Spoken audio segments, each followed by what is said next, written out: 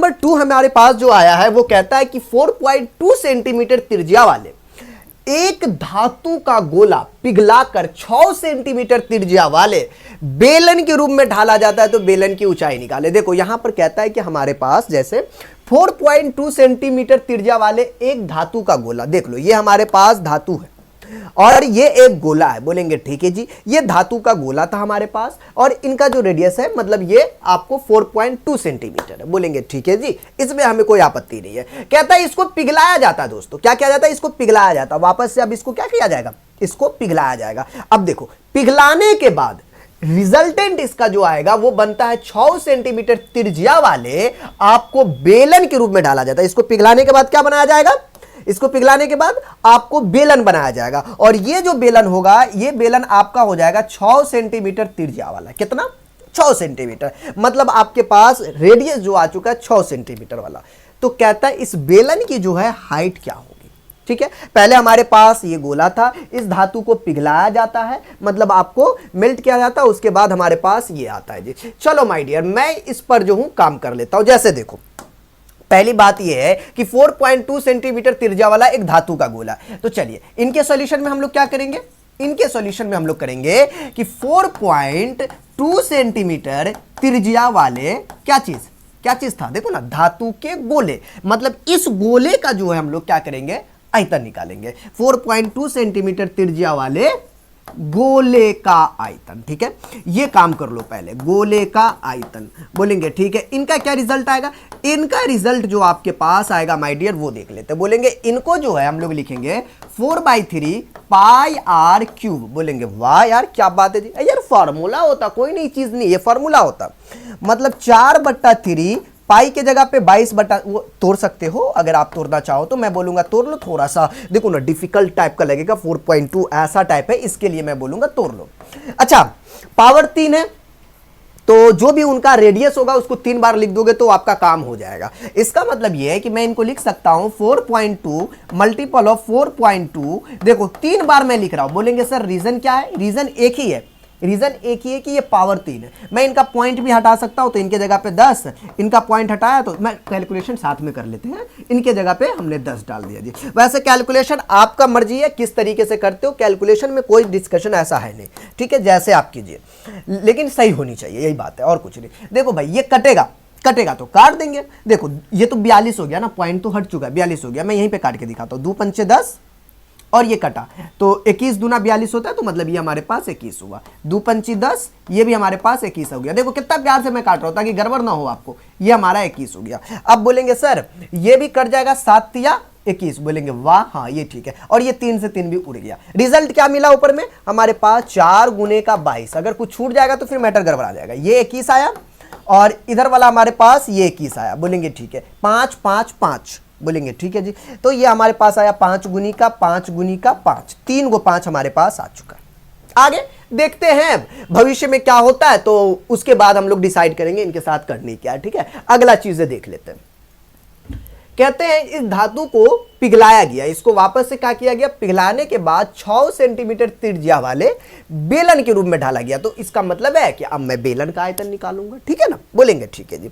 अब मैं इनका क्या करता हूं, बेलन का आयतन मैं यहां पर निकाल लेता हूं। ठीक है, बेलन का आयतन फॉर्मूला सभी को पता होना चाहिए। बेलन के आयतन का फॉर्मूला क्या होता है, पाई आर स्क्वायर एच। ठीक है जी, पाई आर स्क्वायर एच। पाई 22/7 डाल सकते हैं, आर स्क्वायर तो आर कितना भाई, बोलेंगे सर 6 सेंटीमीटर त्रिज्या, यही तो रेडियस है, तो 6 मैंने यहां पर लिख दिया जी। देखो यहां पर भी मैंने दिखा चुका हूं, 6 का स्क्वायर। हाइट कितना, तो बेलन की ऊंचाई बताया भाई, बेलन की ऊंचाई हमें पता ही नहीं है। ठीक है, यही हमें निकाल ली। मैंने एक चीज देखा कि पहले जो ये गोला था, इस गोला को पिघलाया, मतलब ये मान लो 1 kg का, इस 1 kg के गोला को इसने पिघलाया। ठीक है, बोलेंगे ठीक है, क्योंकि इनका रेडियस में कोई दिक्कत नहीं है, 4.2 सेंटीमीटर का रेडियस है। ठीक है ना, और इसी रेडियस के साथ इनको पिघलाया, लेकिन जब ये पिघलाने के बाद जो बेलन बनाया तब इनका रेडियस जो है हमारे पास 6 सेंटीमीटर का बनता है, उससे हमें दिक्कत नहीं है। तो इसी को पिघलाने के बाद ना बनाया, यही मटेरियल को ना, तो एक्चुअली ये होगा कि जितना गोला होगा उतना भैया बेलन होगा, बस मैन्युफैक्चरिंग करके बेलन में तब्दील कर दिया, यही है ना। तो यही है, मतलब दोनों आपस में क्या होगा भाई, बराबर का रिश्ता निभाएगा। क्या चीज करेगा, बराबर का रिश्ता। बोलेंगे ठीक है जी, चलो निकाल लेते हैं। कहते हैं गोले का आयतन, यहां पर लिखेंगे हम लोग गोले का आयतन, ठीक है। गोले का आयतन बराबर का क्या लिखेंगे, बेलन का आयतन। बोलेंगे वाह यार, ये तो बड़ी अच्छी बात आपने कही है जी, यही मैं तो कह रहा हूं, बेलन का आयतन। तो ठीक है जी, देखो गोले का आयतन, बड़ी मेहनत के साथ हमने जो मेहनत की है, अपनी मेहनत को यहाँ पे अपन क्या करेंगे, लिख देंगे। देखो कैलकुलेशन मैंने पहले कर लिया था, ये चीज़ आप चाहते तो बाद में भी कर सकते। कैलकुलेशन मैंने कितनी बार बोला कि ये अपनी चीज़ें होती है। और बेलन का आयतन भाई 22/7 बराबर 6 गुने का 6 गुनी का 6 भी आप कर सकते हो, कोई दिक्कत है नहीं, ठीक है ना, वही चीज़ है इंटू का h, ये चीज़ें आ गया जी। अब यहाँ पर से कैलकुलेशन करना है जी, करना है। ओ ये 22 था, 22 था, मैं इस 22 को 22 से मैं काट दूंगा। बोलेंगे सर हाँ, मैं थोड़ा सा अपना कैलकुलेशन आसान करने के लिए, और कोई खास वजह है नहीं, ठीक है। अब कोई ज़्यादा कुछ कटने उठने वाला है नहीं इसमें, क्योंकि अब जो होगा मल्टीपल करके, गुना भाग करके आपको रिजल्ट लानी है, ठीक है। बोलेंगे ठीक है जी सर, अब क्या किया जाए। अब मैं एक साइड इलाका मैं आपको पकड़ लेता हूं, क्योंकि इसका अब नॉर्मल कैलकुलेशन है, कोई बड़ा सा है नहीं, ठीक है। बोलेंगे ठीक है जी, तो हमारे पास जो है ये आ गया, देखो 4 गुने का मतलब आपको जो है 21 गुने का 21 है जी, मतलब आपके पास 21 गुने का 21 है, ठीक है। अब बट्टा में 50 25 पंचे 125 है जी, ठीक है। बोलेंगे ठीक है जी, अब नॉर्मल कैलकुलेशन है, इसके लिए मैं कुछ नहीं करूंगा, बड़ा सा काम। ये देखो 6 का स्क्वायर मतलब 36 गुने का कितना है, h है, और बट्टा में कितना आ गया दोस्तों, बट्टा में आपका 7 आ गया जी, ठीक है।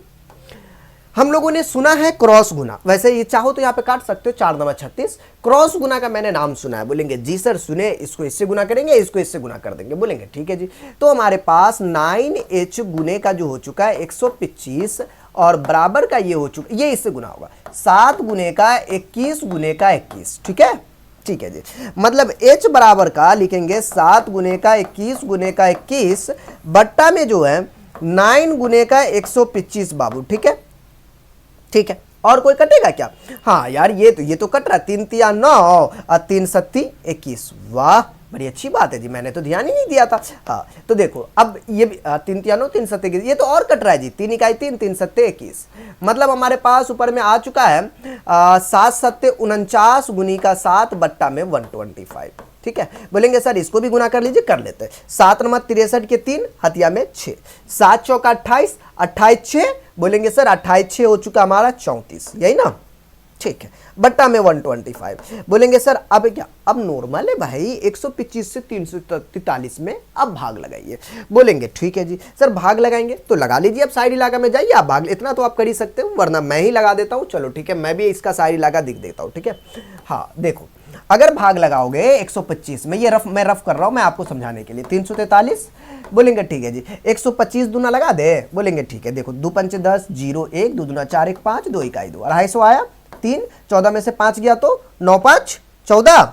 बोलेंगे ठीक है जी, उसके बाद जो हमारे पास आ चुका है ये 2 2 कैंसिल 93, फिर पॉइंट डालेंगे, ठीक है। तो हमारे पास पॉइंट डालेंगे तो ये 930 बन जाएगा, ठीक है। तो इस तरीके से आप क्या कीजिएगा, आगे भाग लगाइएगा, और ये दशमलव में समथिंग आपका जो सॉल्यूशन हो जाएगा वो समथिंग 2 पॉइंट का 74 होता है, मतलब अगला जो भाग लगता गुना करते तो वो 7 बार में लगता है, ये चीज है। तो इसका जो रिजल्ट आ जाएगा 2 पॉइंट का 74 समथिंग आ रहा है, ठीक है। तो ये चीज है। तो देखो दोस्तों हमारे पास था क्या, और इसके कैलकुलेशन को मैंने किस तरीके से आपको अरेंजमेंट किया, इधर आया पहले इधर तोड़ दिया जी, एकदम छोटा कर दिया ताकि मेरा कैलकुलेशन आसान हो जाए। मैंने फिर दोनों को बराबर कर दिया, और इस साइड इलाका में आके मैंने उसका कैलकुलेशन किया। तो ये क्वेश्चन आपका सॉल्व हो गया। और क्वेश्चन में कह रहा था बेलन की ऊंचाई बताए, तो बेलन की ऊंचाई h का वैल्यू जो आया 2 पॉइंट का जो समथिंग है वो आया, ठीक है।